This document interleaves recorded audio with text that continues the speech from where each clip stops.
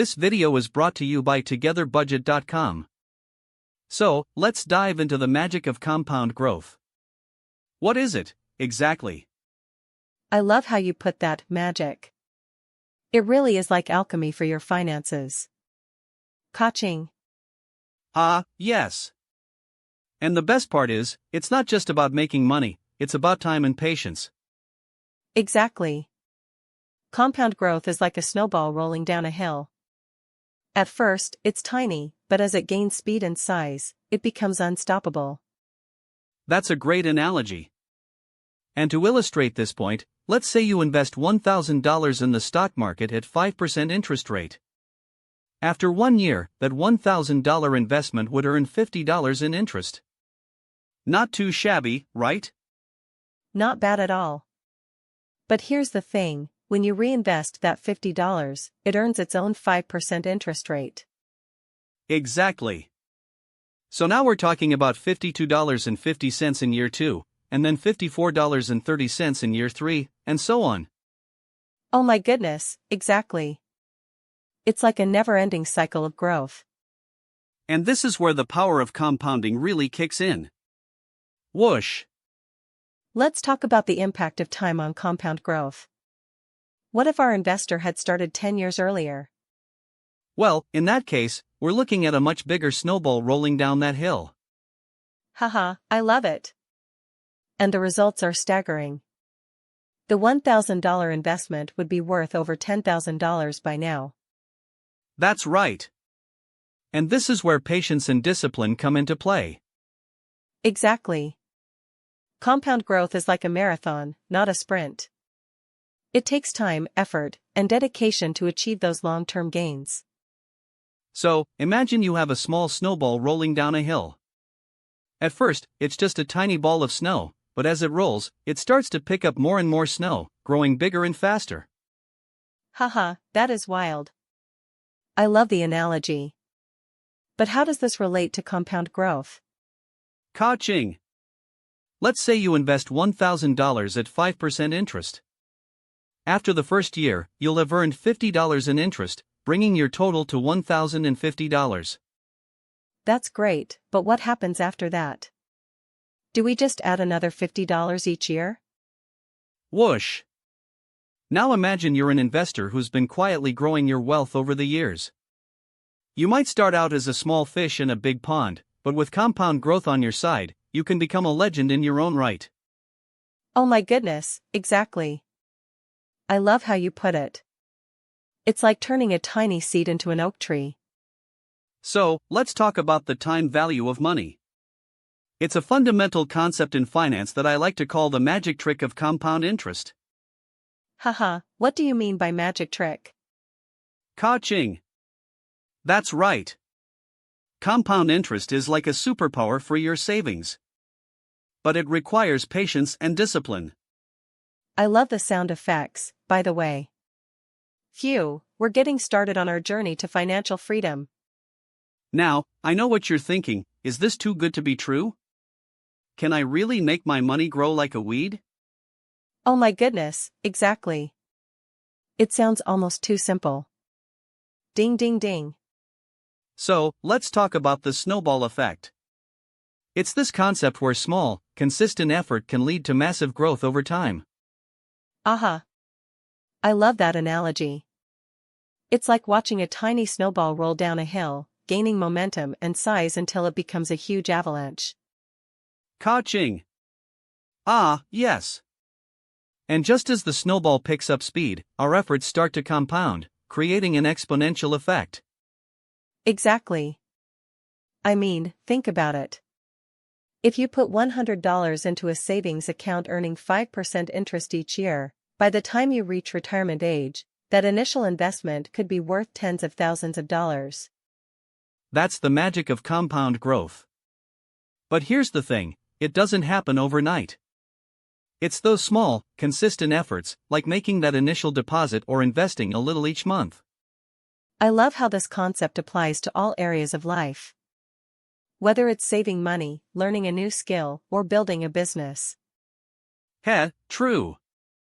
And it's not just about the big wins. Those small, consistent efforts add up to create massive momentum. It's like the old saying goes, slow and steady wins the race. Ding ding ding.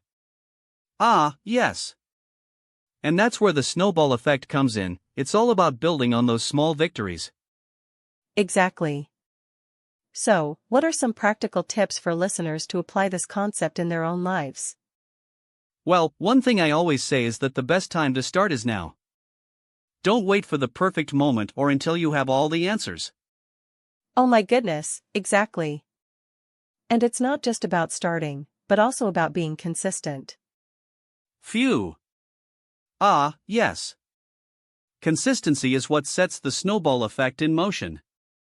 So, for our listeners who are new to investing or saving money, where do they even start?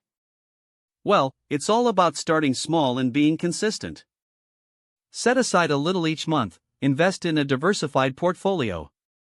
Now, let's dive into the pitfalls of investing. I want to share a story about a client who thought they were being clever by timing the market. Oh no, what happened? Ka-ching! My client thought they could get in and out of the market quickly, but ended up losing thousands.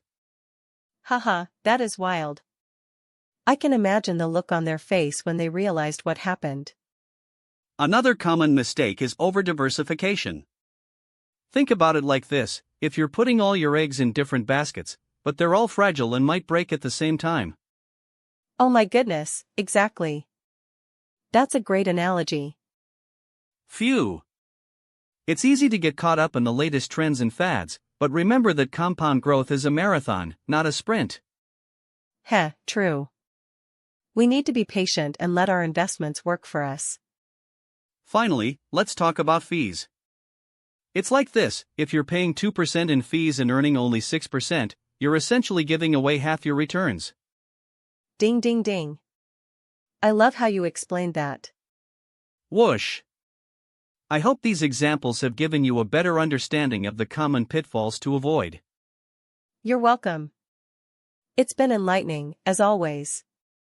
Alright, so we've talked about the theory behind compound growth. Now it's time to put it into practice. Exactly. I mean, understanding the concept is one thing, but actually seeing it in action can be a whole different story. That's like saying you understand how a car works versus actually driving it. You gotta get behind the wheel and feel the rush of acceleration, vroom, before you really know what's going on. Haha, that is wild. I love it when experts use analogies like that. Okay, so let's talk about getting started with investing in a way that actually utilizes compound growth. Right. So, first things first, you need to have a solid understanding of your financial situation and goals. Think of it as setting the GPS for your investment journey. Where do you want to go? When do you want to get there? Ding ding ding. Oh my goodness, exactly.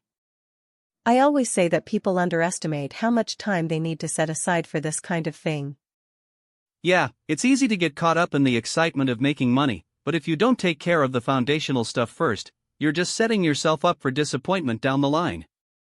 Okay, so we've got our GPS set, now what? Now it's time to start choosing your investments. Think of this like a buffet. You want to pick the dishes that are going to give you the most bang for your buck. Haha, I love the buffet analogy. But seriously, how do we know which investments are going to be the winners? That's a great question. The key is diversification, spreading your eggs across multiple baskets so that if one basket gets cracked, you're not left with nothing. I see what you did there. Phew. You're making this sound like a game of financial roulette. Well, when it comes down to it, investing is all about calculated risk-taking. And I always say, if you don't take any risks, you'll never reap the rewards. Whoosh. One thing that's really important to keep in mind is the power of dollar cost averaging. Oh, I've heard of that. But how does it work?